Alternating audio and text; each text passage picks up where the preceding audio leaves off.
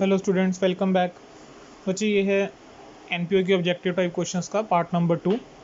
Again दोबारा से आप लोगों को बता रहा हूँ कि जो बुक रेफर करेगी है दैट इज़ DK गोयल, और ये इस क्लास कोई भी स्टूडेंट देख सकता है +2 का, चाहे वो मेरा स्टूडेंट है या नहीं है।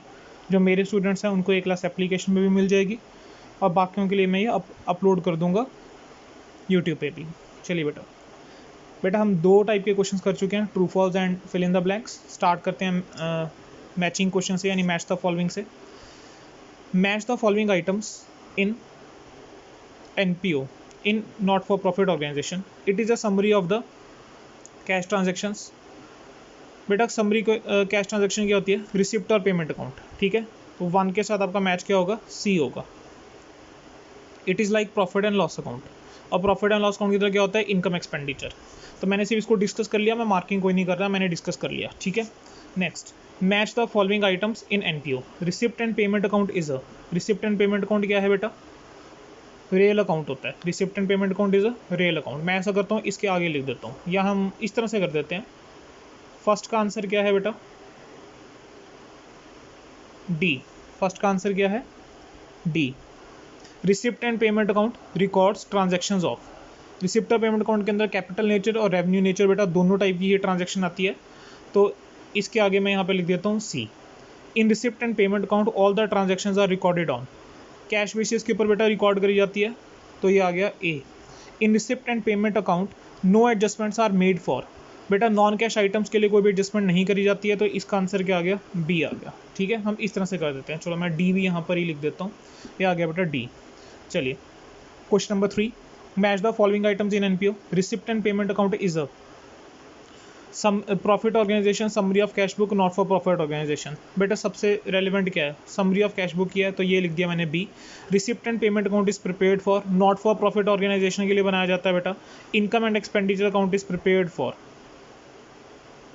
इनकम और expenditure account is prepared for not for profit organisation. अजीब से MCQ दिए हैं थोड़े, चलो but no comments on that. बेटा ऑथर के ऊपर मैं कोई कमेंट नहीं करूँगा, बट डेफिनेटली ऑप्शंस मेरी ओपिनियन में ऐसे देने चाहिए थे कि सारे के सारे मैच द फॉलोइंग हो सके। अब यहाँ पर सेकंड का आंसर भी सी आएगा, थर्ड का आंसर भी सी ही आएगा। Match the following items in NPO। Receipt and payment account is prepared on. बेटा कैश बेसिस के ऊपर प्रिपेयर करा जाता है, तो ये आ गया D. Income and expenditure account shows surplus in case of. Surplus कब आएगा? Excess of income over expenditure, that is option number C. Income and expenditure account is prepared on accrual basis, that is option number A. Match the following items in NPO। Service motive. Service motive बेटा किसका हो सकता है? NPO का होता है service motive, तो इसका आंसर क्या आ जाएगा? फिफ्थ का आंसर आ जाएगा डी। बेटा इस टाइप का तो आपको कभी भी नहीं आ सकता NPO, मैंने MCQ मैंने आपको बता दिया।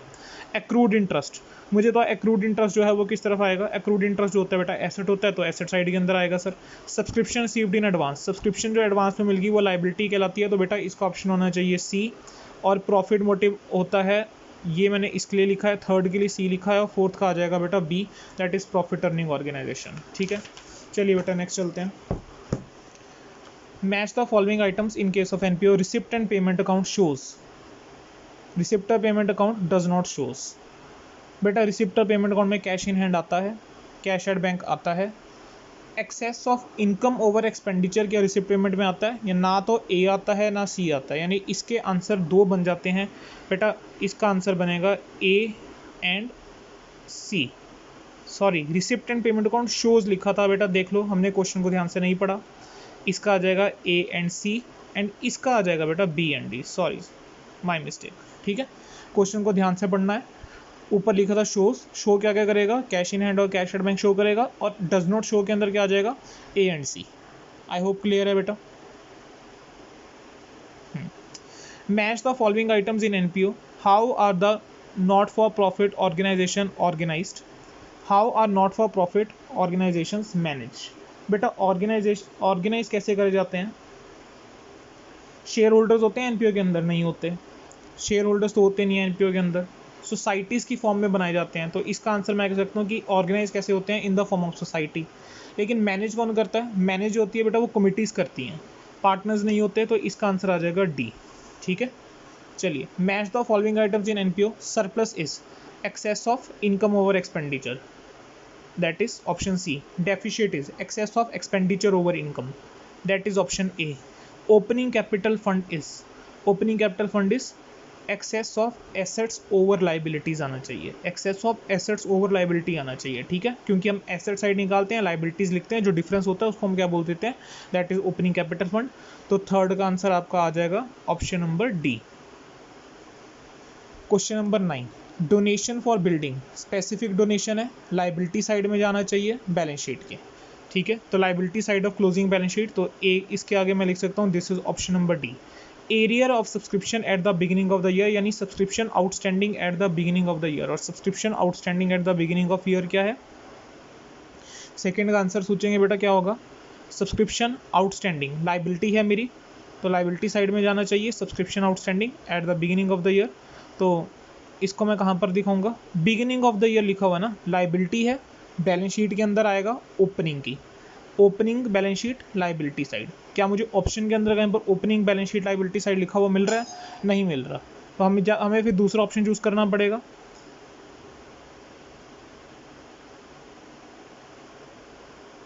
Sorry arrear of subscription eight the beginning of the year का मतलब क्या हो गया, सब्सक्रिप्शन आउटस्टैंडिंग, इसका मतलब क्या हो गया बेटा, सब्सक्रिप्शन आउटस्टैंडिंग। और सब्सक्रिप्शन आउटस्टैंडिंग क्या होता है, सब्सक्रिप्शन आउटस्टैंडिंग मेरा एसेट होता है, सब्सक्रिप्शन आउटस्टैंडिंग एसेट होता है, income due but not received, income due but not received, तो एसेट है, opening balance sheet asset side के अंदर हम इसको दिखा देंगे, तो इसका आंसर है सी।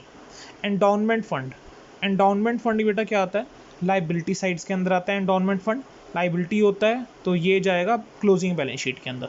Deficit of a fund, deficit of a fund कहाँ पर आएगा, डेबिट साइड या क्रेडिट साइड, बेटा देखो डेफिसिट ऑफ द फंड का क्या क्या करते हैं हम, एक तो हमारा डेफिसिट ऑफ अ फंड जो है, डेफिसिट ऑफ अ फंड का बेटा पहले मतलब समझो, डेफिसिट ऑफ अ फंड का मतलब क्या हुआ सर, मान लो एक कोई फंड है, एग्जाम्पल के तौर पे मैच फंड, लेकिन मैच के एक्सपेंसेस क्या हैं, ज़्यादा है, यानी फंड जो है वो कम है और खर्चे ज़्यादा हैं, तो बेटा एक्सेस ऑफ एक्सपेंडिचर का हम इसका क्या करते थे, हम इनकम एक्सपेंडिचर में दिखाते थे डेबिट साइड के अंदर, तो डेफिसिट ऑफ फंड भी कहाँ चल जाएगा, debit side of income expenditure, तो इसका आंसर आ जाएगा आपका ऑप्शन नंबर ए। चलिए बेटा नेक्स्ट, बेटा आप लोगों ने भी ये चीज़ देख ली है कि ऑब्जेक्टिव टाइप क्वेश्चन में गलती होने का चांस हो जाता है, चाहे मैं पढ़ा रहा हूँ आप लोगों को, मेरे से भी गलती हुई है, 2 या 3 गलतियां तो आई थिंक मेरे से हुई है, जो मैंने इमीडिएटली करेक्ट कर ली जब क्वेश्चन को दोबारा ध्यान से पढ़ा। तो मैं आपको एक चीज़ कह रहा हूँ कि जब जब आप ऑब्जेक्टिव टाइप क्वेश्चंस करो, क्वेश्चन को हमेशा ध्यान से पढ़ना, उसके बाद आंसर करना। Match the following items in NPO, legacy is shown in the balance sheet because it is, legacy बेटा बैलेंस शीट के अंदर क्यों आती है, लीगेसी बैलेंस शीट में बेटा इस वजह से आती है क्योंकि वो कैपिटल नेचर की आइटम है, ठीक है। अब ऑप्शंस के अंदर देख लो कि आपको ऐसा कोई ऑप्शन दिख रहा है, यस कैपिटल नेचर इनकम आपको दिख रहा है, तो इसके आगे मैं लिख देता हूँ C. Entrance fees is shown in, second entrance fees बेटा कहाँ पर दिखाई जाती है, अब एंट्रेंस फीस की भी बेटा अगर हम बात करके चलें तो यहाँ पर मेरे को आप लोगों को एक पॉइंट है जो यहाँ पर क्लियर करना है, यहाँ पे अलग अलग ओपिनियन है, आप लोगों ने क्या करना है एग्जाम के अंदर, मैं वो भी बता देता हूँ। बेटा एंट्रेंस फीस के रिगार्डिंग 2 व्यूज़ आए, पहला व्यू ये का कि एंट्रेंस फीस जो है वो कैपिटल नेचर की आइटम है, क्योंकि मेंबर्स जो हैं वो एंट्रेंस फीस को पे करते हैं एडमिशन के टाइम पे, यानी जब पहली बार मेंबर बनते हैं तब वो फीस पे करते हैं, कह रहे हैं क्योंकि वो वन टाइम फीस है, नॉन रेकरिंग इन नेचर है, तो उसको कैपिटल नेचर की मानो और उसको कहाँ पे दिखाना चाहिए, बैलेंस शीट के अंदर। दूसरा व्यू ये कहता है कि एक एनपीओ के अंदर मेंबर्स तो हर साल ही जुड़ते हैं, इस वजह से एज अ एनपीओ अगर आप देखो तो उसके लिए तो ये रेकरिंग नेचर की इनकम है, क्योंकि उसको हर साल मिलनी है ये, ठीक है, तो इसको कहाँ पर दिखाओ, इनकम एक्सपेंडिचर के अंदर। आपका सीबीएसई क्या व्यू लेके चलता है, सीबीएसई ये कहता है अगर क्वेश्चन के अंदर कुछ भी स्पेसिफिकली नहीं गिवन है कि एंट्रेंस फीस को आपने कैसे ट्रीट करना है, तो आप उसको कैसे ट्रीट कर लो, आप इसको इनकम एंड एक्सपेंडिचर अकाउंट के अंदर दिखा देंगे, आप इसको किसके अंदर दिखा देंगे, इनकम एक्सपेंडिचर अकाउंट के अंदर, तो एंट्रेंस फीस कहाँ पर आएगी, इनकम एक्सपेंडिचर के अंदर। Opening and closing cash balance बेटा रिसिप्ट और पेमेंट अकाउंट के अंदर आता है ओपनिंग और क्लोजिंग कैश बैलेंस, ठीक है, तो ये आ जाएगा बी के अंदर, थर्ड का आंसर आ जाएगा आपका बी। यहाँ तक आई होप बेटा आप लोगों को क्लियर है। आगे match the following items in NPO again, outstanding rent of the current year, बेटा आउटस्टैंडिंग रेंट है करंट ईयर का, सोच के देखो क्या होना चाहिए, रेंट मेरा खर्चा है और आउटस्टैंडिंग रेंट है करंट ईयर का, यानी उसके अंदर ऐड होना चाहिए, तो ये ऐड होना चाहिए डेबिट साइड के अंदर of income and expenditure account, add होना चाहिए डेबिट साइड के अंदर of the income and expenditure account, तो फर्स्ट का आंसर क्या होना चाहिए, ए। फर्स्ट का आंसर क्या होना चाहिए? A. Outstanding rent of the previous year, पिछले साल का रेंट है, ये क्या होना चाहिए? डेबिट साइड के अंदर माइनस कर देना चाहिए, डेबिट साइड के अंदर ही माइनस कर देना चाहिए, तो इसका आंसर होना चाहिए बेटा सी। इसका आंसर आप लोगों को क्या होना चाहिए? C. Prepaid rent of the current year, prepaid rent of current year and prepaid rent of previous year. Prepaid rent of current year का मतलब क्या हुआ कि वो रेंट जो मैंने इस साल पे कर दिया लेकिन पे करा होगा अगले साल के लिए, तो बेटा इसको भी मुझे क्या करना चाहिए? माइनस ही करना चाहिए। तो ऑप्शन क्या आ जाएगा? C. Prepaid rent of the previous year, यानी पिछले साल मैंने पे करा था लेकिन पे करा होगा इस साल के लिए, तो इसको मुझे क्या करना चाहिए बेटा? ऐड करना चाहिए। तो इसका आंसर आ जाएगा आपका ए। क्लियर है? Revenue receipts for the NPO, मुझे तो इनमें से रेवेन्यू रिसिप्ट कौन सी लग रही है आपको एनपीओ के लिए? एक ही है बेटा, डोनेशन। ठीक है, तो यहाँ पर मैं यहाँ पर लिख देता हूँ, इसका आंसर क्या आ जाएगा बेटा? सी। 12th का फर्स्ट का आंसर क्या है? C. Capital expenditure for the NPO, NPO के लिए मुझे बताओ कैपिटल एक्सपेंडिचर आपको कौन सा लग रहा है? मेरे according I think purchase of books जो है कैपिटल एक्सपेंडिचर है, तो इसके लिए हमने लिख दिया बी। कैपिटल रिसिप्ट्स क्या है एनपीओ के लिए? लीगेसी जो है बेटा कैपिटल रिसिप्ट्स है, तो ये आ गया A. And revenue expenditure for the NPO, जो न्यूज़पेपर परचेज कर रहे हैं वो रेवेन्यू एक्सपेंडिचर है, तो यहाँ आ जाएगा option number D. Match the following item, rent received will be shown in, rent received बेटा इनकम एंड एक्सपेंडिचर अकाउंट के अंदर आएगा, receipt income and expenditure account के अंदर आएगा, इनकम साइड के ऊपर, दैट इज क्रेडिट साइड के ऊपर। क्या ऐसा ऑप्शन हमें गिवन है? नहीं गिवन, तो फिर ये दूसरा ऑप्शन क्या आ जाएगा? रिसिप्ट साइड के अंदर आ जाएगा, रिसिप्ट एंड पेमेंट अकाउंट के अंदर। ठीक है, तो इसका ऑप्शन क्या है बेटा? D. Donation receive for a swimming pool, बेटा अब डोनेशन जो रिसीव करिए स्विमिंग पूल के लिए वो बोल रहा है, यानी स्पेसिफिक पर्पसेस के लिए डोनेशन है, क्योंकि ये स्पेसिफिक पर्पसेस के लिए प्लेस है, तो ये कैपिटल रिसिप्ट है। आंसर आ जाएगा B. Donation received will be shown in, अगर सिर्फ डोनेशन वर्ड लिखा होता है तो उसको हम कहाँ पर दिखाए देते हैं बेटा? बेस्ट तो हम इनकम एक्सपेंडिचर में दिखाते हैं, लेकिन ऑप्शंस को कंसीडर करते हुए ये आपका रिसिप्ट साइड के अंदर आ जाएगा और रिसिप्ट एंड पेमेंट, तो थर्ड का आंसर भी बेटा आपका क्या होना चाहिए? डी ही होना चाहिए। थर्ड का आंसर भी क्या होना चाहिए? डी होना चाहिए। ठीक है, match the following item, specific donation बेटा बैलेंस शीट के अंदर जाएगी, general donation income and expenditure के अंदर जाएगी, लीगेसीज अगेन बैलेंस शीट की आइटम है, तो ये भी कहाँ पर जाएगी? बैलेंस शीट के अंदर जाएगी। तो 14th क्वेश्चन भी आपका हो गया यहाँ पर इस तरह से। चलिए question number 15, match the following item, information of the cash position of the NPO is provided by, बेटा कैश की पोजीशन एनपीओ की कैसे पता लगती है? रिसिप्ट और पेमेंट अकाउंट से पता लगती है मुझे। ठीक है, तो ये इसके लिए मैं लिख सकता हूँ बी लिख सकता हूँ। फर्स्ट का आंसर हम क्या लिख देंगे? बी लिख देंगे। Information of the financial status of NPO is provided by, तो बेटा फाइनेंशियल स्टेटस की इन्फॉर्मेशन मुझे कहाँ से मिलती है एक एनपीओ की? बेटा फाइनेंशियल स्टेटस तो मुझे बैलेंस शीट से ही पता लगता है, तो यहाँ पर आ जाएगा ए। ठीक है, next tournament fund 80,000 and tournament expenses 70,000, बेटा 80 में से 70 माइनस करेंगे बैलेंस शीट के अंदर, तो 10,000 आपका आना चाहिए बैलेंस शीट के अंदर लाइबिलिटी साइड, तो इसका आ गया option number C. Tournament fund 80,000, expenses 1 lakh रुपए, बैलेंस शीट के अंदर 80,000 माइनस 80,000 नील, और 20,000 आपका कहाँ पर आ जाएगा? डेबिट हो जाएगा इनकम एक्सपेंडिचर के अंदर, तो इसका ऑप्शन आ जाएगा D. Tournament receipt 40,000, tournament expenses 25,000, 40 में से 15 गए, 15,000 आपका बचा, ये जो 15,000 रुपीज़ आ रहा है ये आपका कहाँ पर आना चाहिए? Tournament receipt and tournament expenses. बेटा मुझे बताओ क्या कहीं पे भी फंड की बात हो रही है? नहीं हो रही, तो यहाँ पर मुझे क्या करना पड़ेगा? 40,000 रुपये को मैं दिखाऊंगा इनकम एंड एक्सपेंडिचर के अंदर, क्रेडिट करूंगा, और 25,000 रुपये को डेबिट करूंगा। ठीक है, तो इसका ऑप्शन हमें दिखाएंगे ए। इसका ऑप्शन क्या आ जाएगा बेटा? ए। टूर्नामेंट रिसिप्ट्स हैं 50,000 और टूर्नामेंट एक्सपेंसेस हैं 60,000, यानी एक्सपेंसेस मेरे ज़्यादा हैं, तो बेटा इसका ऑप्शन क्या हो जाएगा? इसका ऑप्शन आ जाएगा बी। ठीक है, आई डोंट थिंक इसके अंदर आप लोगों को कोई डाउट होना चाहिए, अगर डाउट है तो बेटा प्लीज़ पूछ लेंगे। Match the following items in NPO, sale of sports material, sale of sports equipment, sale of old newspaper. बेटा सेल ऑफ ओल्ड न्यूज़पेपर ये तो पक्का ही मेरा रेवेन्यू रिसिप्ट है, सेल ऑफ ओल्ड न्यूज़पेपर तो पक्का ही हमारा रेवेन्यू रिसिप्ट है, तो ये क्या आ जाएगा? ए। स्पोर्ट्स मटेरियल भी क्या है? रेवेन्यू रिसिप्ट्स है, लेकिन स्पोर्ट्स इक्विपमेंट जो है बेटा वो कैपिटल नेचर की आइटम होता है, तो अगर आप इसको बेचोगे ये आपका कैपिटल रिसिप्ट माना जाएगा, तो इसका ऑप्शन आना चाहिए option number C. Match the following items, amount paid for the stationery is shown in, बेटा स्टेशनरी के लिए जो आपने अमाउंट पे करी है इन तीनों में से किसके अंदर आएगी आपके हिसाब से? मेरी ओपिनियन तो बेटा यही है कि सबसे पहला सूटेबल तो रिसिप्ट और पेमेंट ही है, तो रिसिप्ट और पेमेंट के अंदर आएगी। Creditor for stationery balance sheet की आइटम है ऑफ कोर्स, तो ये तो आपका यहाँ ही जाएगा। Advance paid to supplier for stationery, बेटा जो आपने एडवांस पे करा है सप्लायर को स्टेशनरी के लिए वो कहाँ पर आएगा? एडवांस बैलेंस शीट की आइटम है बेटा। ठीक है, तो ये भी आपका आ जाएगा सी। और क्लोजिंग स्टॉक स्टेशनरी का कहाँ पर आ जाएगा, क्लोजिंग स्टॉक स्टेशनरी का ये भी आपका जाना तो चाहिए बैलेंस शीट के अंदर ही, क्योंकि बैलेंस शीट के अंदर हम दिखाएंगे stationery. Match the following items, how much of the amount will be shown. Match the following items, how much of the amount will be shown in income and expenditure account if the club has 500 member each paying an annual subscription of 100। तो बेटा सीधा answer 50,000 पे, मैं यहाँ पे सीधा answer ही लिख देता हूँ, बट बेटा भी 50,000 जो है हम दिखाएंगे। आई थिंक सेम हमारा क्वेश्चन था, उसके अंदर यही क्वेश्चन हमें दे रखा था in form of fill in the blanks. How much amount will be shown in income and expenditure account if club के पास 500 मेंबर्स हैं और हर कोई कितना पे कर रहा है, 200 पे कर रहा है। 500 इंटू 200 कितना आ जाएगा बेटा, 500 into 200 that is 1 lakh rupees. 500 into 200 is 1 lakh rupees, तो यहाँ पर आ जाएगा 1 लाख रुपये। That is option number A, that is option number A. चलिए बेटा next part, question number 20। Salary paid by the club is 1.5 lakh in the current year, how much amount will be shown if unpaid salary are 10,000 and salary paid in advance for the current year was 2,000।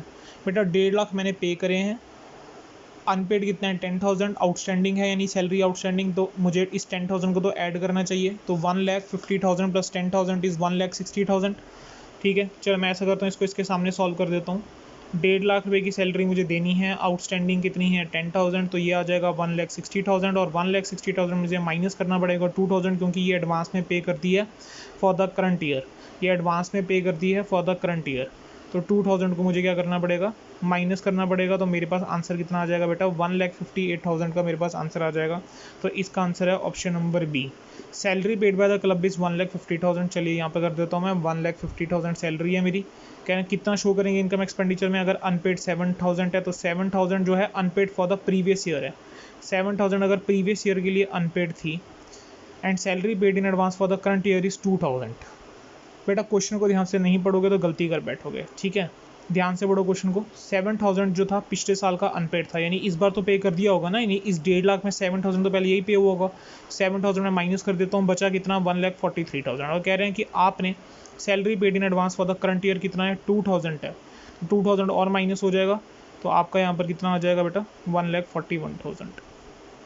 तो इसका answer होना चाहिए option number D, यहाँ पर मैं लिख देता हूँ डी। क्लियर। चलिए बेटा last MCQ, match the following, sorry. Amount paid for sports material during the year, 60,000 मैंने पे करे। कह रहे sports material at the beginning of the year जो है, इस टाइप के ऐसे बेटा क्वेश्चन ना एमसीक्यू की फॉर्म में आने चाहिए rather than match the following. Amount paid for sports material during the year is 60,000। कह रहे हैं 60,000 पे आपने अमाउंट पे करा है ड्यूरिंग द ईयर। मैं यहाँ पे सॉल्व कर देता हूँ, 60,000 मैंने ड्यूरिंग द ईयर पे करा।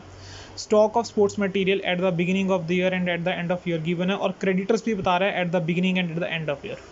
चलिए बेटा इसको तो मैं डील करूँगा बाद में, 3,900 को और 3,500 को। क्रेडिटर्स एट द बिगिनिंग बता रहे हैं 6,000, मैंने ड्यूरिंग द ईयर 60,000 पे करे। सबसे पहले तो मैंने ये 60,000 कहाँ यूज़ हुए होंगे, 6,000 ओपनिंग क्रेडिटर्स को पे करने के लिए। तो मेरे पास यानी बैलेंस कितना बच गया 54,000। और वो कह रहा है कि 5,000 पे एंड में अभी भी आउटस्टैंडिंग है, यानी मैंने इससे और मटेरियल परचेज करा होगा और 5,000 रुपये मैंने और देने हैं। ये यानी 54,000 मैंने दे दिए होंगे ना ड्यूरिंग द ईयर, फिर भी 5,000 हैं जो मैंने और देने हैं, यानी कि मैंने टोटल मटेरियल कितने का परचेज करा होगा 59,000 का। टोटल मटेरियल कितने का परचेज करा होगा 59,000 का। अब 59,000 का मैंने मटेरियल परचेज करा है, वो कह रहा है ओपनिंग था 3,900, यानी ओपनिंग स्टॉक मैं इसके अंदर ऐड कर दूंगा और क्लोजिंग को मैं क्या कर दूंगा, माइनस कर दूंगा। तो बेटा आपके पास इसका आंसर आ जाएगा 59,400 रुपीज़। तो इसका ऑप्शन है ऑप्शन नंबर बी। इसी तरह से बेटा सेकेंड पार्ट, अब हमने मटेरियल परचेज करा 60,000 रुपये का। चलो हमने मटेरियल इस बार उसने परचेज बता दिया कितने का परचेज करा, 60,000 रुपये। Stock of the sports material at the beginning 3,900। बेटा ये तो पिछले वाला ही क्वेश्चन की तरफ लेके जा रहे हैं हमें। 3,500 एट द एंड है, तो 3,500 चलो मैं माइनस कर देता हूँ। 60,000 प्लस 39 माइनस 35, तो ये तो आ जाता है 60,400 अब तक जितना हमने करा। Creditors for sports material at the beginning is 6,000 and 5,000। कह रहे हैं उसके अलावा उसने कह दिया कि क्रेडिटर्स जो हैं स्पोर्ट्स मटेरियल में वो कितने हैं 50,000 एंड 5,000। आपसे पूछा क्या गया था कि इनकम एक्सपेंडिचर में कितनी अमाउंट है जो डेबिट्स के अंदर आएगी। बेटा क्या मुझे अब लेना देना है क्रेडिटर्स का, कुछ भी नहीं करना। क्यों नहीं करना? क्योंकि मुझे क्रेडिटर्स का यूज़ बेसिकली होता क्या है, निकालने के लिए कि मैंने कितना परचेज करा है ड्यूरिंग द ईयर। ठीक है, तो बेटा इसका आंसर ए है, तो यहाँ पर मैं लिख देता हूँ ऑप्शन नंबर ए। क्लियर बेटा? ये वाला पार्ट भी ऑलमोस्ट 22 मिनट्स के राउंड जा चुका है, 22 मिनट्स। तो इस पार्ट को मैं यहीं पे रोकता हूँ। एमसीक्यू करेंगे हम अगले पार्ट के अंदर। चलिए मिलते हैं बच्चे अगले पार्ट के अंदर। तो 3 पार्ट्स आपके टोटल हो जाएंगे इस चैप्टर के ऑब्जेक्टिव टाइप क्वेश्चन के। थैंक यू सो मच बेटा, मिलते हैं नेक्स्ट पार्ट में। बेटा किसी ऑब्जेक्टिव टाइप के अंदर आपका डाउट हो तो मुझे बता देंगे, और बाई चांस अगर कोई ऑब्जेक्टिव आपको लग रहा है कि नहीं सर आपने इसका आंसर गलत बता दिया, तो मुझे वो भी करेक्ट कर देना। बेटा कोशिश यही रहती है कि गलती कोई ना हो, लेकिन कई बार ओवरलुक हो जाता है, कोई क्वेश्चन ढंग से नहीं पढ़ा जाता, नहीं प्रॉपर मान लो रीड करो तो गलती हो जाती है।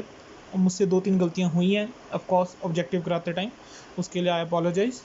तो बट आपको सबक सीखना चाहिए कि जब मैं गलती कर सकता हूँ तो एक स्टूडेंट से गलती होना स्वाभाविक है। तो क्वेश्चन को बिल्कुल ध्यान से पढ़ना, जो भी ऑब्जेक्टिव टाइप के क्वेश्चन आए। थैंक यू बच्चों।